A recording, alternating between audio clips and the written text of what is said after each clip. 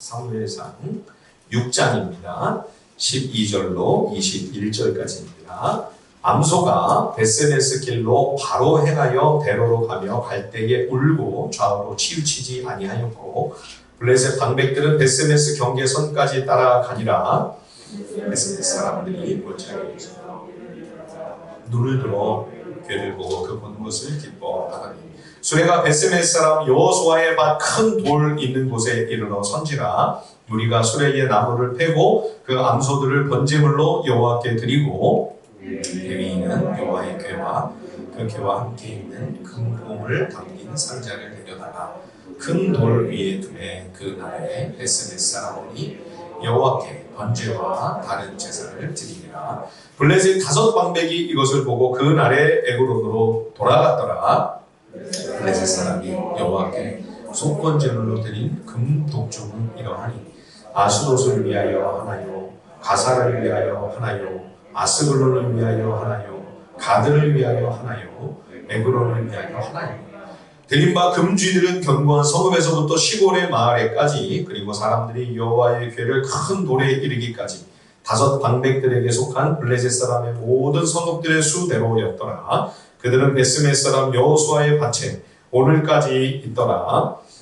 베세메스 사람이 여호와의 궤를 들여다보는 까닭에 그들을 치사 70명을 죽이신지라. 여호와께서 백성을 쳐서 크게 살육하셨으므로 백성이 슬피 울었더라. 베세메스 사람들이 이르되 이 거룩하신 하나님 여호와 앞에 누가 능히 서리요?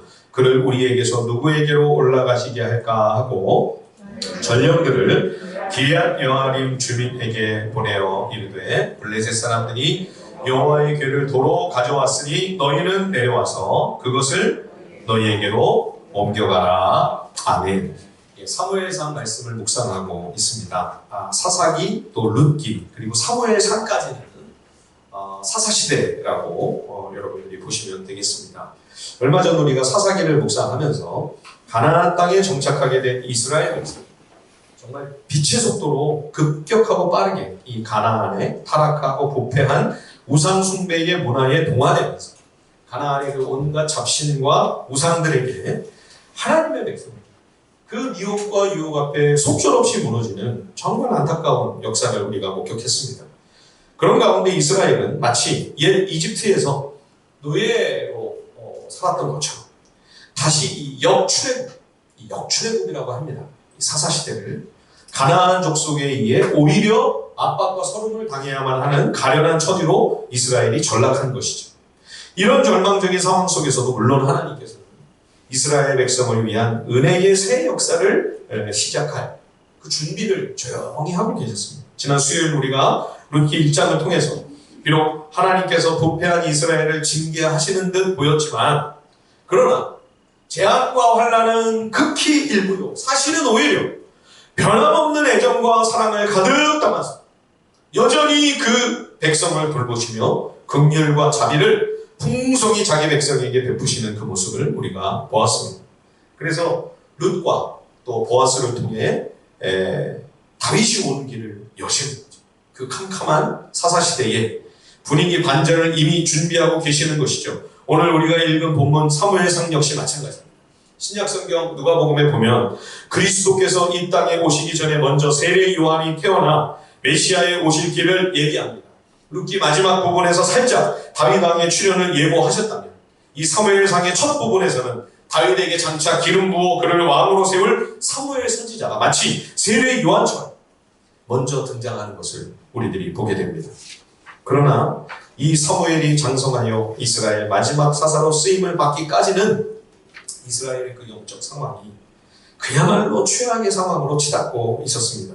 대제사장 엘리는 영적인 눈이 어두워 하나님의 계시가 이미 끊어진 것이나 다름이 없었습니다. 엘리의 아들들 홈리와 비느하스는 제사장이었음에도 불구하고 자신들의 본분을 완전히 망각했지요. 여호와께 드리는 제사를 그들은 경멸합니다. 하나님께 제물로 바칠 고기를 백성들이 가지고 오면 종들을 시켜서 그 날카로운 갈고리로 먼저 낚아채어 좋은 부위를 먼저 삼켜버리는 그런 악행을 두려움 없이 자행하지요. 심지어 회망문에서 수종드는 여인들과 간음을 행하는 폐역을 저질렀습니다. 이런 쯤이 되면, 상황이 되면 대제사장 엘리가 이 두 아들의 제사장 직분을 다 당장 파면시키고 자신도 똑같이 그 책임을 통감하며 대제사장 직분에서 온 집안이 다 물러나야죠. 예. 그런데도 그는 그런 마땅한 조치를 전혀 단행하지 아니하고 아들들과 더불어 자기만 보존하고 있는 것입니다. 그래서 하나님께서 이름이 알려지지 않은 한 하나님의 사람과 또 심지어 어린 사무엘을 통해서도 두 번씩이나 거듭 엘리 가문의 이 사악한 범죄를 지적하시면서 하나님의 무서운 저주와 심판이 임하게 될 것을 말씀하셨죠. 그럼에도 불구하고 이런 경고가 계속 거듭되는데도 이미 영적인 감각이 너무나 둔감해져 버린 이 엘리는 주상 같은 하나님의 이 경고하시는 말씀 앞에서 전혀 미동도 하지 않습니다. 어떤 변화, 어떤 결단도 벌어지지 않았죠. 그러다가 결국 터진 충격적인 사건이 바로 사무엘 4장의 이 블레셋과의 전쟁이었습니다. 블레셋과 전투가 발발합니다. 근데 대단히 이상합니다. 왜냐하면 전쟁이 있게 되면 먼저 하나님께 기도합니다. 이스라엘께서. 그렇죠. 우리가 역사를 보면 늘 먼저 기도하고 하나님께 여쭙고 하나님 우리가 나가서 싸우리까 말리까 하나님의 뜻을 먼저 구합니다. 그리고 하나님이 싸워라 그러시면 그러면 어느 지파가 먼저 나갈까요? 사사시대 초반에도 이렇게 전쟁 전에 먼저 하나님을 찾고 하나님께 의논드리고 하나님을 의지하는 그러한 일들이 있었습니다. 그리고 전쟁에 나가게 되면 그냥 군사들만 출동하는 것이 아닙니다. 군대만 출정하는 것이 아니라 먼저 여호와 하나님의 영광과 임재와 능력을 상징하는 언약궤가 먼저 나가죠. 이스라엘 군대만 내보내서 하나님이 싸우게 하시는 것이 아니라 하나님이 앞장서서 나가서 싸우신다. 그걸 보여주는 거죠. 그런데 사무엘상 4장을 보시면 이스라엘이 블레셋과 전쟁을 하는데 이런 모든 과정들이 다 생략이 되어 있습니다. 그냥 이스라엘 군대가 나가서 블레셋과 전투를 시작하는 거예요. 결과는 패전이었습니다. 4,000명의 이스라엘 군인이 전사했습니다. 왜 이렇게 유례 없는 이상한 전쟁이 벌어졌을까요? 이 사건은 지금 이스라엘과 여호와 하나님과의 관계가 얼마나 지금 멀리 소원해졌는가를 보여줍니다. 이 국가적인 위기 앞에서도 하나님 앞에 기도도 하지 아니하고 하나님을 전혀 의지하지도 않는 채로 그야말로 하나님 없는 전쟁, 하나님이 함께 하시지 않아도 되는 그런 싸움을 우리가 나가서 싸우겠다. 겁도 없이 그런 전쟁을 이스라엘이 시작한 겁니다. 하나님 없는 전쟁의 결과는 참담한 실패였습니다. 패전을 하고 돌아온 이스라엘 장로들은 왜 하나님께서 우리에게 승리를 주시지 않으셨는가? 머리를 맞대고 고민하다가 한 가지 생각을 해냅니다. 우리가 언약궤를 가지고 나왔었어야 되는데 언약궤를 우리가 잊었다. 가서 얼른 언약궤를 가져오도록 하라. 그래서 이 엘리의 두 아들 홈니와 비나스가 언약궤를 그제야 메고 호둥지둥 전장에 나타납니다. 이스라엘 군대가 크게 환호했습니다. 이제 이 전쟁은 우리가 이겼다. 비록 언약궤가 없어서 우리가 앞서는 한번 크게 패했지만 그것까지 완전히 되갚아 더 크고 대단한 승리로 하나님께서 이 싸움을 역전시켜 주시리라 믿습니다 하면서 나가서 담대히 싸웠는데 두 번째 전쟁에서 더 많은 군사들이 죽어나갑니다. 3만 명이나 되는 이스라엘 군대가 전사했고 이스라엘은 이제 더 싸울 수 없을 정도로 철저히 패퇴를 당하고 맙니다. 군사들은 전부 대열을 이탈했습니다. 겨우 살아남은 자들은 고향으로 도망쳐버리고 제사장 홈니와 비느하스는 그 자리에서 즉사하였고 언약궤는 블레셋에 탈취를 당하고 맙니다. 이스라엘 역사상 가장 치욕스러운 패전 중에 하나입니다. 더군다나 언약궤를 대적들에게 빼앗긴 일은 전무후무하죠. 너무 충격적인 일이었습니다. 마치 나중에 바벨론 군대의 침략으로 예루살렘 성전이 파괴되고 불타고 무너졌을 때 이스라엘 백성들이 경험을 했던 것과 같은 그런 정말 상상치도 못했던 일이 벌어진 거죠. 이스라엘은 여호와의 언약궤를 마치 무슨 부적처럼 써먹으려고 했습니다. 그러나 언약궤는 부적이 아닙니다. 평상시에는 하나님과 아무 관계없이 하나님 모르는 사람처럼 살아가다가 무슨 큰일이 있을 때에만 중요하고 어떤 결정적인 순간에만 내가 너무나 죽게 되었고 불리한 그 때와 시간에 처해서만, 그런 상황이 되어서야만 우리가 하나님의 도우심을 구하고 기도하기 위하여 하나님의 얼굴을 구하러 나간다면 여러분, 그것은 기독교 신앙이 아닙니다. 그것은 하나님을 부적처럼 써먹는 것입니다. 그것은 무상숭배입니다. 하나님의 은혜를 부적 취급하고 하나님을 우상으로 여기지 말아야 할 것입니다. 하나님을 철저히 무시하는 얼마나 악한 일인지요. 하나님은 그런 거래에 응하시지 않습니다. 언약궤가 없이 싸웠을 때는 이스라엘 보병이 4,000명이 죽었습니다. 그런데 언약궤를 들고 나와서 싸우자 이스라엘 군대 3만 명이 전사했습니다. 분명한 하나님의 메시지죠. 하나님의 은혜를 부적으로 이용해 먹으려고 하지 마라. 여호와 하나님은 결코 우상이 아니시다. 이 메시지를 우리에게 말씀해주고 있는 것입니다. 전령이 급히 이스라엘 땅으로 달려왔습니다. 이 소식을 전합니다. 고령이었던 대제사장 엘리, 98세였죠. 거의 100세 가까운 이 엘리가 의자에 앉아 있었는데 두 아들이 전사했고 언약궤를 뺏겼다는 소식을 듣자마자 그 충격으로 뒤로 넘어집니다. 목이 부러져서 그 자리에서 사망하죠. 그 둘째 아들 비느하스의 아내가 임신 중이었습니다. 언약궤를 탈취당했고 남편과 시부마저 세상을 떠났다는 비보를 접하고 갑자기 조사를 하게 됩니다. 결국 아이만 세상에 남기고 그 어미가 세상을 떠나죠. 이 엄마가 숨을 거두면서 아이의 이름을 이가봇이라.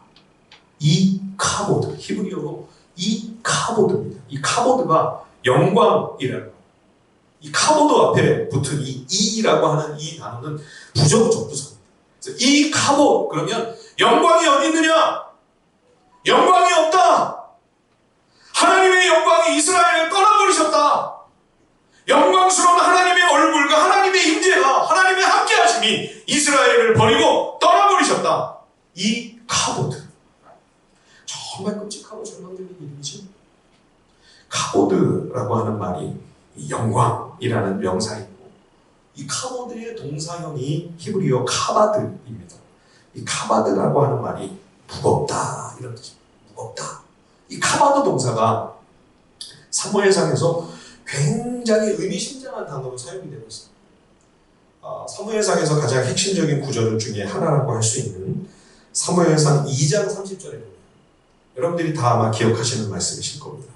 나를 존중히 여기는 자를 내가 존중히 여기고 나를 멸시하는 자를 내가 경멸하리라. 여기서 반복되는 히브리어 단어가 바로 카바드입니다. 여호와를 무겁게 여기는, 여호와를 가장 소중하고 중요하게 생각하는 그 사람을 여호와께서도 그렇게 무겁게 그를 존중해 주실 것이고, 하나님을 가벼이 취급하는 그런 인생은 하나님께서 그 인생도 겨와 같이 여기실 것이다. 나를 존중히 여기는 자를 내가 존중히 여기고 나를 멸시하는 자를 내가 경멸하리라. 여기서 존중한다, 무겁게 여긴다, 이때 사용된 동사가 바로 카바드입니다. 그러니까 무거운 것 중에 가장 무거운 게 뭐라는 거예요? 그게 카보드죠. 그죠? 하나님의 영광. 하나님이 가장 중요하고 하나님이 가장 가치 있는 존재. 하나님의 영광이 가장 우리 인생의 소중한 가치다. 그걸 말해주는 단어죠. 그런데 엘리 대제사장은 하나님보다 자기 자신을 더 무겁게 여기고 하나님을 가볍게 취급을 해버렸습니다. 이 카보드, 이 비극적인 이름이 등장하는 바로 그 앞에 엘리가 세상을 떠나는 그 대목에서 또 이 단어가 나옵니다. 우리 같이 한번 읽어볼까요? 사무엘상 4장으로 한번 가보겠습니다. 사무엘상 4장으로 가세요. 사무엘상 4장 18절 말씀을 같이 한번 읽어보겠습니다. 사무엘상 4장 18절 다 함께 시작. 하나님의 괴를 말할 때에 엘리가 자기 의자에서 뒤로 넘어져 문 곁에서 목이 부러져 죽었으니 나이가 많고 비대한 까닭이라 그가 이스라엘의 사사가 된 지 40년이었더라. 예, 엘리 대제사장이 굉장히 몸집이 컸던 모양입니다. 예, 여기 비대했다, 이게 무겁다, 여기 사용된 단어가 역시 카바드입니다. 그의 몸이 심히 무거웠다. 그런데 지금 여기서 이 카바드 단어가요, 이 용어가 그가 최종 관리 잘못해서 비만이었다, 이 얘기를 지금 하려고 여기 기록하지 않았겠죠. 그가 세상을 떠나는 순간, 대제사장 엘리가 세상을 떠나 운명하는 그 순간, 하나님께서는 이 히브리어 단어 한마디로 그의 인생을 지금 평가하고 계시는 것입니다. 엘리는 과연 무엇을 무겁게 여기는 인생이었는가? 그의 삶은 하나님과 하나님의 이름과 하나님의 영광을 가장 중요하고 가장 무겁고 가치 있는 것으로 여기지 않았다는 것입니다. 오히려 자기의 자리를 보존하고 자기 자신들이 그저 편히 사는 것, 그것이 그에게는 가장 중요한 가치였고 그의 인생에서 제일 중차대하며 그것이야말로 그가 가장 무겁고 중히 여기는 문제였다는 것이죠. 여러분, 소름 끼치지 않습니까? 그가 세상을 떠나는 바로 그 순간 그의 인생 전부가 이 단어 한마디로 요약이 됩니다. 그의 인생에서 제일 소중하고 중요한 문제는 바로 자기 자신이었다. 자기 스스로를 가장 무겁게 여기고 자기 스스로를 존중한 그런 인생이었다. 사랑하는 성도 여러분, 저와 여러분이 장차 이 세상을 떠날 때 내 인생을 하나님께서 한마디로 요약해 주신다면 그러면 하나님은 과연 어떤 단어를 사용하실 수 있으실까요? 여러분, 지금 내 삶에 있어서 가장 중요한 우선순위가 무엇입니까? 내 인생에 있어서 내가 제일 가치 있게 여기고 가장 무겁게 중시하는 내 삶의 무게중심, 내 인생의 영적 중심은 과연 무엇입니까? 우리가 어떤 것을 가장 중요시 삶의 무게를, 내 마음 중심을 거기에 두고 사느냐? 거기에 따라 우리의 인생 마지막 순간, 우리의 삶 전부가 한마디로, 한 말씀으로 평가가 되는 것입니다. 하나님을 존중하는 인생이야? 하나님을 높이는 삶이었는가? 아니면 세상의 탐욕과 욕심을 쫓아 자기 자신만을 무겁게 하찮은 인생이었는가? 만군의 여호와의 언약궤를 빼앗은 블레셋이 탈취한 법궤를 자신들의 무상 신전으로 가져갔습니다. 다곤 신이죠. 이 블레셋이 섬기는 무상. 그 다곤 신상 밑에 언약궤를 다 모셔놨습니다. 블레셋의 신 다곤이 이스라엘의 신 여호와를 이겼다. 이런 메시지죠. 이스라엘 백성으로서 이보다 수치스럽고 이보다 부끄럽고 하나님 앞에 이것보다 더 송구하고 민망한 일이 또 과연 있을 수 있을까요? 이스라엘의 불신앙과 범죄로 거룩하신 여호와의 이름이 이렇게 말로 닿을 수 없는 치욕을 받으시는 거죠. 얼마 전에 한 목사님이 교회를 개척하기 위해서 이곳저곳 장소를 얻기 위해 썼는데 그렇게 장소가 나기가 어렵다. 장소가 있는데도 교회를 들어갈 거다 그러면 안 준. 그래서 어느 부동산 사장님 한 분이 교회를 다니시는 집사님이라고 해가지고 이 얘기를 이제 나누다가 왜 이렇게 교회 장소가 안 찾아지는가? 아니라면 장소를 안 주려고 안 내주려고 하는가 사람들마다 도대체 왜 그런지 모르겠다고 그랬더니 그 집사님이 그러더랍니다. 목사님 아직도 모르십니까? 아직도 모르십니까? 지금 사람들이 교회를 혐오시설이라고 생각해요. 혐오시설이라 교회에는 장소를 지금 안 주려고 하는 것입니다. 목사님 충격을 받아요. 세상에 교회가 혐오시설이 됩니다. 여러분, 지금 여호와의 언약궤를 빼앗긴 이 하나님의 그 영광스러운 이름이 말로 다 할 수 없는 치욕과 수치를 당하고 있는 지금 이 상황이 오늘날 이 시대의 교회의 상황, 우리의 범죄로 인하여 우리의 탐욕과 죄악으로 인하여 하나님의 이름이 그렇게 멸시를 받으시고 계십니다. 왜 이렇게까지 되었을까요? 어찌 이런 지경이 되었을까요? 교회가 과연 무엇을 가장 무겁게 여겨야 하는지를 헷갈렸기 때문입니다. 그리스도인이, 교회가, 성도가, 지도자가 무엇을 제일 중시하고 그리고 어떤 것은 가볍게 넘겨야 하는가, 이 지점에서 우리가 다 길을 잃어버리고 말았던 것입니다. 그래서 교회마저 세상 사람들이 다 중요시하고 다 무겁게 여기는 그 세상 가치와 탐욕과 그 재물에 대한 욕망을 가장 무겁게 여기는 거죠. 교회도요, 성도도요, 목사도요, 심지어. 그래서 하나님의 이름이 존중을 받으시고 높임을 받으시는 것이 아니라 가장 우습고 하찮은 것이 되어버리고 말 것이죠. 이제 우리가 다시 일상을 회복할 수 있을 것 같은 희망이 부풀어 있습니다. 그러나 사랑하는 성도 여러분, 우리가 그저 단지 예전으로 돌아가는 정도로 감사하고 만족할 것이 아닙니다. 이 팬데믹의 상황에서, 아니 그 전부터 계속해서 하나님께서 이 땅의 교회와 지도자들과 주의 백성들에게 말씀하셨던 그 엄중한 주님의 교훈을 다시 한번 깊이 마음에 새기면서 우리가 정말로 돌이켜야 할 부분들에 있어서 여러분 반드시 변화가 있어야 할 것입니다. 교회도, 가정도, 그리고 내 인생도. 우리가 정말로 무겁게 여겨야만 할 것을 가장 소중하게 여기고, 그래서 가장 중요하게 챙기고, 그렇지 않은 것을 다 가볍게 패스해버릴 수 있는, 우습게 여기고 하찮게 여기고, 그래서 우리의 삶을 더 단순하게 만들 수 있는 그러한 믿음의 결단과 돌이킴이 있지 아니하다면 팬데믹에 우리가 겪어봐요. 교회의 참담한 모습, 그보다도 더 비참한 나락으로 떨어지게 될지도 몰라요.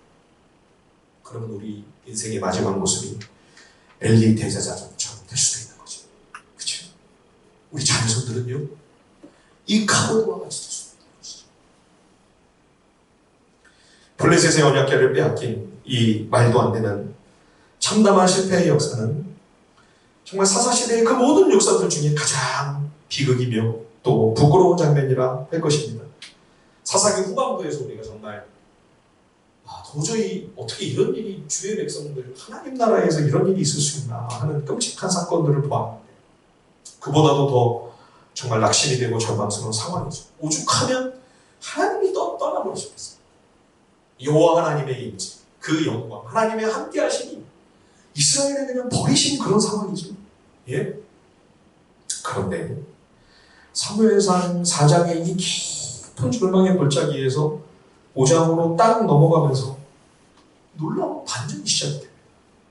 블레셋이 의기양양해서 이제 이 언약궤를 다곤 신전으로 가져가가지고 그 우상 밑에 두었죠.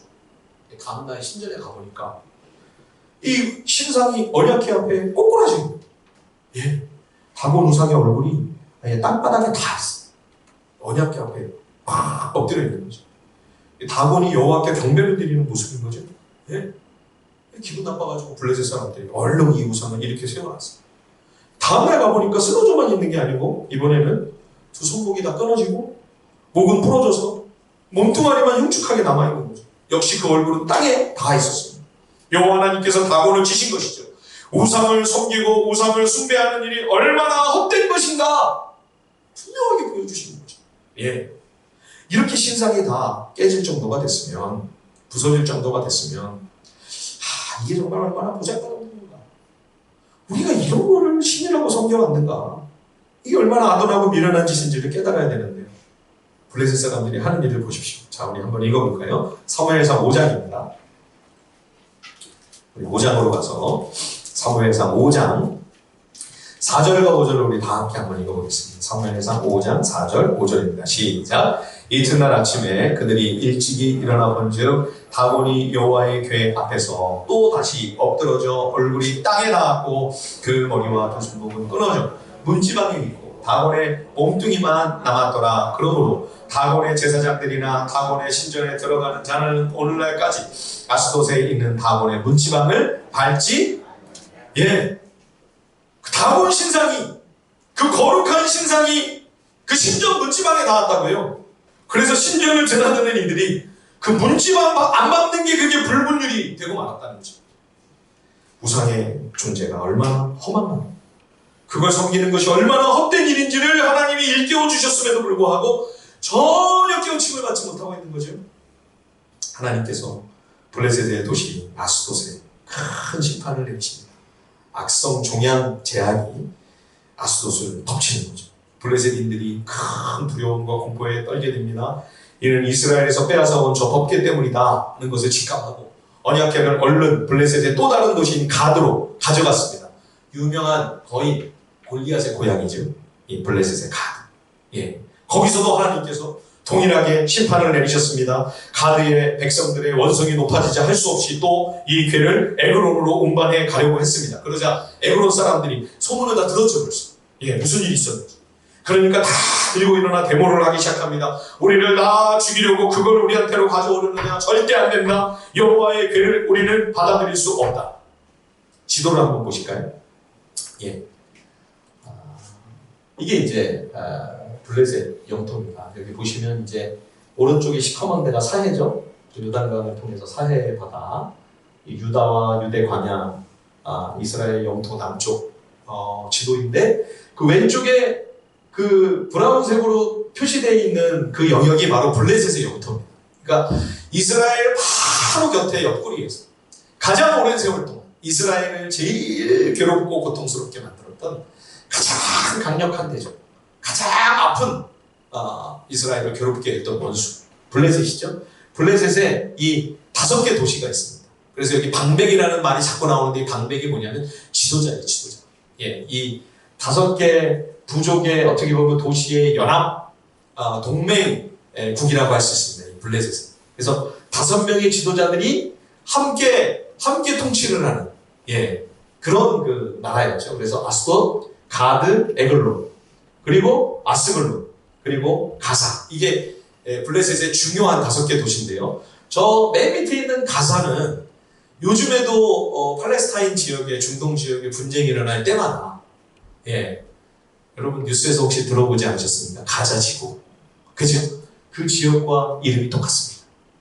예나 지금이나 오늘날까지도 계속 분쟁이 벌어지고 있는 거죠. 다음 그림 한번 보여주십시오. 얘가 바로 다곤입니다. 인어죠, 인어. 인어인데, 이 밑에는 물고기 영상인데, 남자 인어입니다. 남자 인어 보셨나요? 인어공주에서 남자 인어도 나오긴 하죠. 아주 흉측한 모습이죠. 이게 왜냐하면 이 블레셋이 해안 족속입니다. 바다를 통해서 유입이 돼. 그래서 이들의 장점이 뭐냐? 바다를 통해 앞서가는 빠른 그 문물과 문명을 재빠르게 받아들이는 거죠. 그래서 사사시대에 고대 근동, 이스라엘을 비롯해서 전부 청동기 문화였습니다. 근데 블레셋은 철제 도구를 사용하는 거죠. 철기 문화였어요. 철기 문명.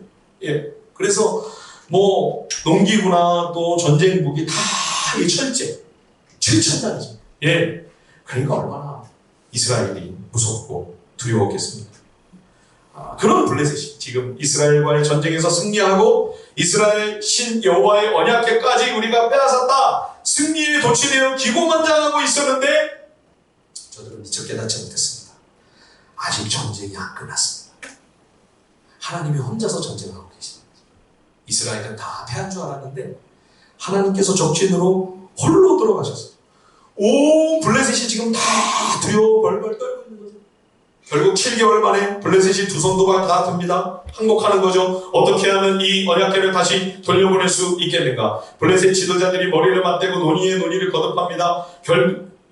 금덩어리로 만든 악성 종양과 주의 형상을 가지고 그것을 속건 제물로 삼아 여호와께 제사를 드리면서 수레의 언약궤를 실어 이스라엘로 다시 보내기로 결정합니다. 그렇게 하면 자기들 생각에 하나님의 진노가 거두어지고 무서운 질병으로 시달렸던 백성들의 고통을 덜 수 있지 않을까. 그런데 이 대목에서 블레셋 사람들의 간교함이 또 한 번 드러납니다. 그래도 이 7개월간의 모든 재앙이 여호와께로부터 온 것은 아닐 것이라고 생각하고 싶은 겁니다. 지난 7달 동안 우연히 이 모든 일이 벌어진 것은 아닐까, 그렇게 생각하고 싶은 거죠. 그래서 법궤를 돌려보내더라도 이게 우연이었다고 하는 것을 증명할 만한 구실을 만들어 보내려고 하는 거죠. 죄인이 하나님의 능력과 권능 앞에 철저히 머리를 숙이며 그 영광 앞에 온전히 굴복하고 경배한다고 하는 거죠. 얼마나 기적과도 같은 일이야. 블레셋은 그 짧지 않은 시간, 그 심한 괴로움과 고통을 다 겪었으면서도 여호와 하나님의 그 놀라운 권능을 직접 목격하고서도 그래도 이 법궤를 할 수 없이 돌려보내는 그 순간까지, 마지막까지 여호와 하나님의 일하심을 부정할 구실만 찾고 있었던 거죠. 죄인이 얼마나 악하고 얼마나 간사하고 간교한지. 지도를 한 번 더 보실까요? 자, 맨 위에서 이제 전투가 벌어졌고요. 그래서 이스라엘이 패하고 제사장들도 죽고 3만 4천 명이 죽임을 당하고 예. 그리고 이제 언약궤를 뺏어서 아스돗까지 간 거죠. 예. 아스돗에서 하나님의 무서운 제안이 임해서 다시 이제 가드로 가져갑니다. 가드에도 또 하나님의 두려운 심판과 환란이 임했습니다. 에그론으로 가져가려니까 에그론에서 안 된다 그래서 아마 그 어딘가에 아마 빙빙 맴돌고 있다가 이제 할 수 없이 7개월 만에 보내야 되겠다. 그래서 저 에그론과 베스메스 그 사이가 이제 이스라엘과 블레셋의 접견. 예. 그래서 에그론의 지경에서 이제 베스메스. 그래서 또 베스메스에서 나중에 사고가 있어서 할 수 없이 이제 기란 여아림. 예. 아마 저 아벡의 전투로 인해서 블레셋에 의해 실로까지도 아마 많은 부분 파괴가 된 것이 아닌가. 왜냐하면 실로로 다시는 돌아가지 않습니다. 그 이후로 성막에 있었던 실로는 다시 역사에 언급되지 않습니다. 예. 그래서 법궤가 베스메스에 있다가 기럇 여아림에서 오랫동안 임시로 거하게 되는 것을 보게 되죠. 그래서 나중에 다윗이 왕이 돼서야 비로소 다윗의 장막으로 이 법궤를 모셨다가 솔로몬 성전이 완성돼 그때 이제 드디어 완공된 성전의 지성소로 이 언약궤를 모시게 되는 겁니다. 자, 결국 이 블레셋 접경 지역에 있는 이제 베스메스로 언약궤를 돌려보내는 후에 오늘 우리가 읽은 사무엘상 6장 본문입니다. 근데 소를 한 마리도 아니고요. 두 마리가 끌려요. 예. 그러니까 두 마리가 끄는 거는 이거는 팀으로 해야 되니까 한 마리가 끄는 것보다 훨씬 어렵습니다. 이놈은 앞으로 가려고 하는데 이놈은 못 가겠다, 뒤로 가야 되겠다 이러면 이게 못 움직이는 거죠. 그죠? 그러니까 앞으로 나가기가 이스라엘로 이 법궤가 얹혀져 있는 이 수레를 끌고 이스라엘로 가기가 어렵게 만들어 놓은 거죠. 그런데 이 소들은 또 이 두 마리가 다 송아지를 방금 낳은 암소였습니다. 뒤에서는 송아지가 울고 예, 엄마 젖달라고. 그런데 이 두 마리 암소가 어떻게 이스라엘 방향을 향해서 송아지가 우는 그 블레셋 쪽으로가 아니라 어떻게 반대 방향으로 갈 수가 있겠어요? 그렇죠? 그런데도 만약 베스메스로 이스라엘로 간다면 그러면 이제까지의 모든 재앙은 이스라엘의 하나님 여호와가 우리에게 내리신 거다. 기가 막히죠? 예.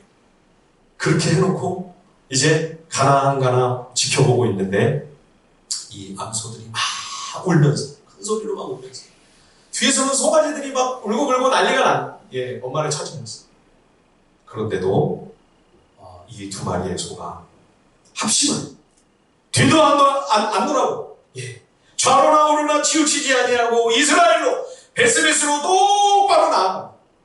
그래서 결국 이 법궤가 이스라엘로 다시 돌아오는 것이죠. 하나님께서 적진에 홀로 돌아가셔서 모든 내적을 물리치시고 전리품까지 챙겨 이스라엘 땅으로 승리의 개선을 하시는 그런 장면입니다. 그러나 여러분 우리는 이 대목에서 한 가지 생각해야 됩니다. 어떻게 하나님은 하나님을 떠나실 수밖에 없도록 만든 이 악하고 패역한 땅, 하나님을 멸시하고 하나님께 드리는 예배를 경시하고 하나님을 한없이 경멸한 이 못된 백성에게로 어떻게 하나님은 다시 돌아오신가?